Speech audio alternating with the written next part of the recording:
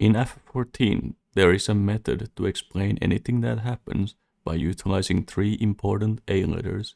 And no, I'm not talking about AAA, aka the most modern form of gambling. I refer to how the words Ether, Ascience, and Elegance are a surefire way to explain almost anything that happens in setting. Today, we will be talking about one of those, Ether. Hello, as I mentioned in my video about the War of the Magi, I will now go into the types of magic relevant to that era.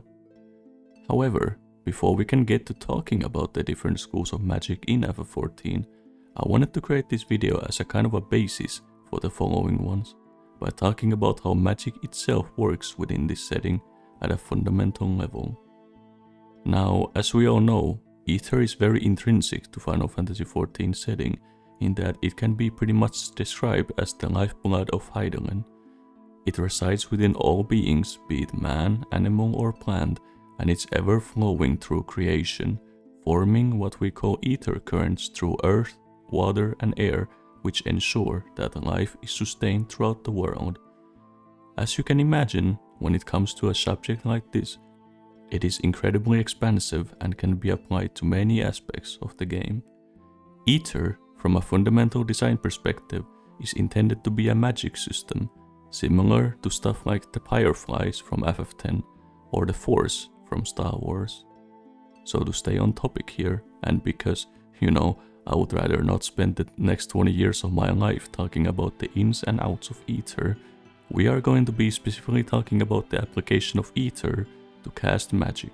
The most simplistic way to describe magic is that it is the manipulation of ether in a manner that deviates from its natural tendencies. This ether manifests in 6 elements: water, earth, lightning, wind, fire, and ice. Those elements have charges, umbral and astral. The simplest way to distinguish umbral and astral is to think of umbral as passive and astral as active. Think of a roaring inferno versus a debilitating desert heat, or still ice versus a hailstorm. For example, if something has umbral energy, so to speak, it is one or more of those elements, individual or combined. Though certain elements are more strongly aligned to one over the other, for example, ice is very passive and still by nature, hence it's more aligned to umbral, whereas a more active element, such as lightning, is more aligned with astral. The specifics of this aren't very important though, and there are a ton of different methods to achieve the goal of manipulating either. However, the basic idea still remains the same regardless. As a player, the 2 most noticeable ways we can see this manifest are through the different jobs that we choose to learn, as they all form different practices and techniques to manipulate ether through influences by their surrounding cultures and whatnot. The other really apparent way is the primitive method that animals use to manipulate ether from their surrounding environment or their own bodies to cast magic, whether it be for hunting or protecting themselves from harm.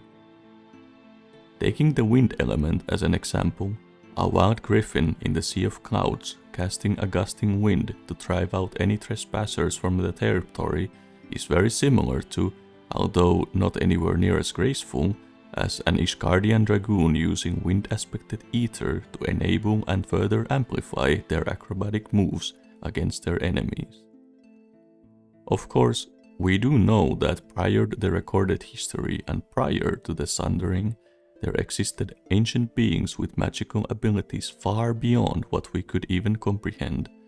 But that should be a video fully on its own, so here I will just focus on the history that scholars within FF14 setting have observed. It is said that mankind discovered magic following the lightning calamity during the Second Umbral Era. They did so through desperation and their prayers. This was also when they realized that magic could be fueled by faith to empower them, and that certain tools could be used to amplify their spells, such as crystal-encrusted staves and scepters, to serve as mediums to focus the caster's ether and make manifest the energies in tangible forms of fire, ice or leaven. Once the importance of elemental agency was realized, mankind began experimenting with all manner of substances, searching for those which exhibited more aptitude at channeling magics than others. Nature, as always, was the best provider of such items. The bleached bones of mystic beasts, the gnarled boughs of ancient trees, crystals and gems imbued with ether, and the glowing hearts of woodland sprites, all proving to increase the chances of successfully casting a spell.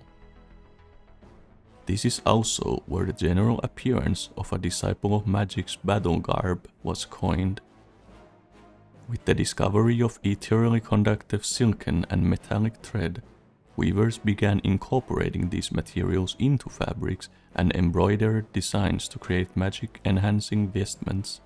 As the enduring popularity of flowing robes and cowls attests, full-body garb has remained the ideal attire for magic users ever since. But magic would take off on a whole another level during the Third Astral Era, known as the Golden Age, when the Elegans created etherochemistry, which at its core means the incorporation of magics into scientific principles. Siege engines, enhanced with magics, launch projectiles further and with more precision. Ensorcerer tread wheel cranes lifted blocks 10 times their maximum load with a fraction of the manpower. Once the secrets of ether had been unlocked, they were applied not only to war, but to everyday societal needs, from construction to medicine, transportation to communication. The Elegans also perfected the geometries used in spellcasting and created a highly efficient table of glyphs. Of course, as we all know, the Elegant Empire eventually crumbled to dust, and magic would not be utilized anywhere near as heavily for a very long time following its downfall, until the Fifth Astral Era, otherwise known as the Age of Enlightenment, when magic once again rose to prominence, being very much a defining aspect of that era, with many nations and cultures being formed around different schools of magic. The magic developed during this era was vastly different than that taken by the Elegants of the Third Astral Era, eschewing technological growth for advancement of a more arcane nature, which gave rise to a whole plethora of unique and powerful ways to utilize magics. This is why I brought up the way magic fundamentally works earlier, because it is important in understanding how all the schools of magic that would be developed from this point onward function. Black magic, white magic, arcanima, thaumaturgy, and conjury. Some work through mathematics, some utilize the user's own ether reserves to cast, some make use of external sources of ether, so on and so forth. The weaponry, as well as the gear that these schools of magic use, are also important to distinguish each school of magic.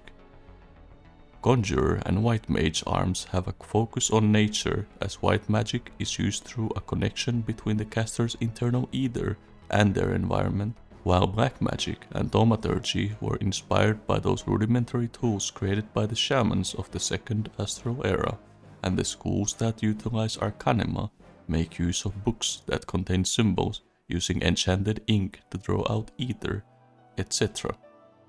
The final aspect important to understanding the utilization of these schools of magic has to do with soul crystals. The practice of using crystals to store and impart knowledge came up during the Third Astral Era and has been utilized ever since as a way to pass on the knowledge and experience of their forebears in these soul crystals. Naturally, as it's way more feasible to learn these arts with the help of soul crystals that carry centuries if not millennia worth of knowledge in some cases, they are also imperative in becoming successful in mastering these magical arts. The wisdom contained in a soul crystal, however, is not so easily drawn forth. An untrained neophyte cannot simply pick up one of these gems and expect his mind to be flooded with the knowledge of advanced spellcraft and combat techniques, without first attaining sufficient proficiency and tempering one's soul to mirror the maturity of the crystal's contributors. A prospective student will be denied even the slightest glimpse of enlightenment.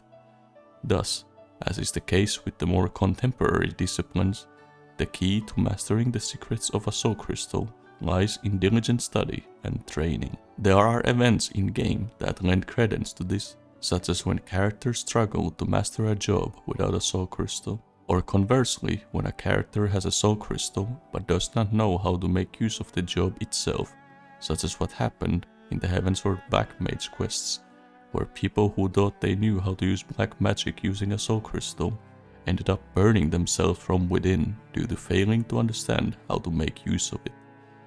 I should mention though that a soul crystal isn't a strict necessity. There are characters like certain scions that have become very capable in using arts that mimic the skill sets learned from these soul crystals. Though their skill sets still differ and these cases are very rare. For brevity's sake, let's just ignore these rare cases and stick to the idea that the soul crystal is a requirement if you wish to become a true master of a certain art of combat.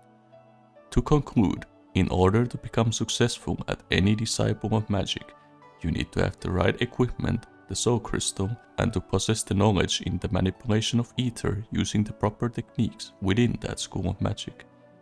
Hence, in the following videos, I will be going over some of the most prevalent schools of magic seen within FF14 by covering the way they developed their arts over time, the surrounding environment and culture that shaped them up at the time, where they are at in the present day, how they work mechanically in setting, notable practitioners, and all that fun stuff. I wanted to create this video to be its own thing, so that I have a foundation and some ground rules already laid out, so that I don't need to keep referencing these points repeatedly in each video. Alright, that's all I have to cover with this subject. I will be uploading this alongside the first one, which will be about black magic, so make sure to check out that video right after this one if you have the time. In any case, have a nice day.